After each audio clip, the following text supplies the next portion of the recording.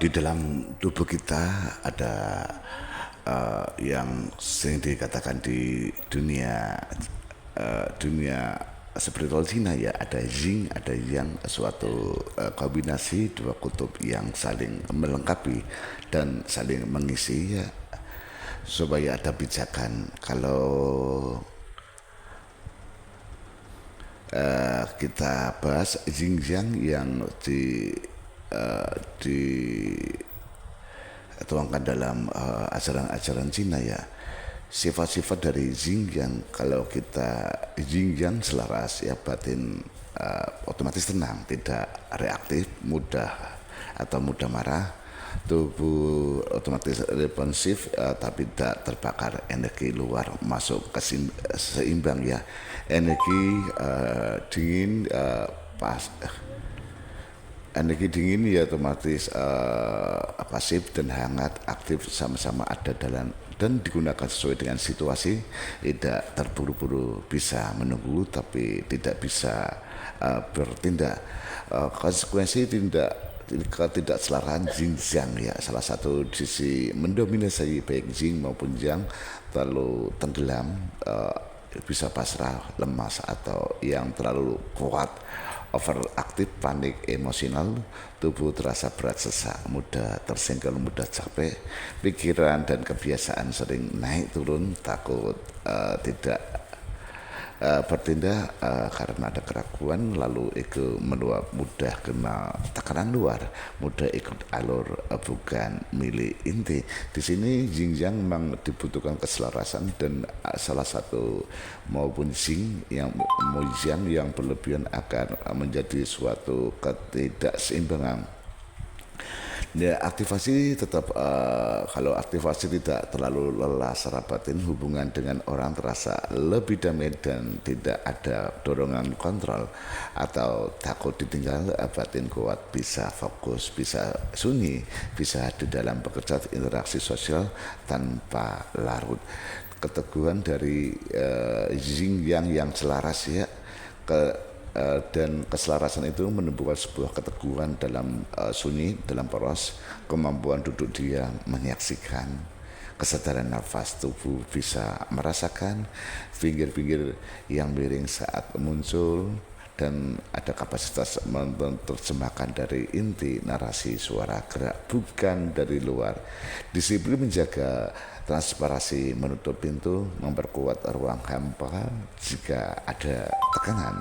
Tubuh terasa ringan, enak, lebih sedikit mungkin kurang kebocoran energinya, terutama dari luar, aktivitas penuh, berkualitas, dan bisa bekerja, tidur, meditasi, berinteraksi, semuanya terasa benar, natural. Batin tidak tergoyahkan oleh kritik, tekanan, atau manipulasi luar. Energi dari inti lebih mengalir dan menjadi sumber stabil bagi diri sendiri, bukan sumber untuk kolektif. Dan di sini ada sifat-sifat yang enggak yang tidak kurang selaras ya, akhirnya ada interaksi sosial jadi berat, ada rasa ingin mengontrol atau takut dikontrol, bisa sering sakit fisik atau batin karena banyak gesekan yang tidak disadari. Batin bisa goyah, sering cemas, takut kehilangan arah. Sifat yang mengeras agar tidak terjerumus kembali, keberanian untuk tidak ikut, kejelasan penolakan, kemampuan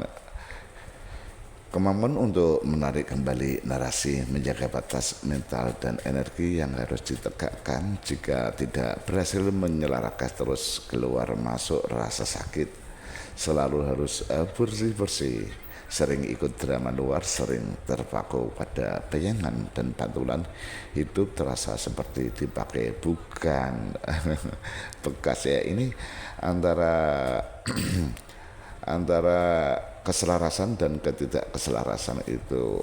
Kalau udah menuju keselarasan, semua seimbang dari untuk individu, internal maupun eksternal, selalu enak, nggak ada masalah. Jika salah satu nggak adanya keseimbangan, semua ada bergejolak baik internal maupun eksternalnya.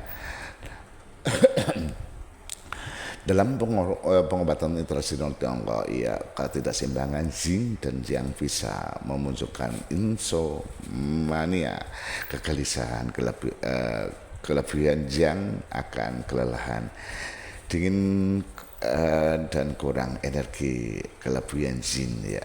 Di sini kalau kelebihan memang semua ada efeknya, dan keselarasan di sini, keselarasan yin yang menghasilkan vitalitas, kesadaran jiwa raga, sistem kekebalan yang kuat, mood stabil dan energi baik di siang hari maupun dalam malam hari. Aktivitas tidur ya semuanya berkualitas. Ya, kunci untuk menjaga kestabilan yin yang lebih keras dan lebih stabil. Ritme harian ada jeda yin rest, rest diam hening ya.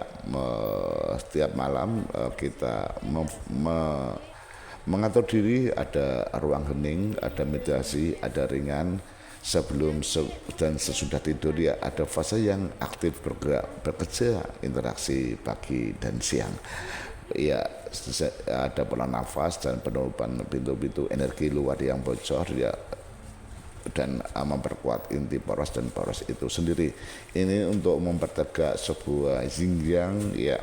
Yin yang sama di versi psikologi ya, dualitas hitam putih itu sama, itu satu kesatuan bagian tubuh.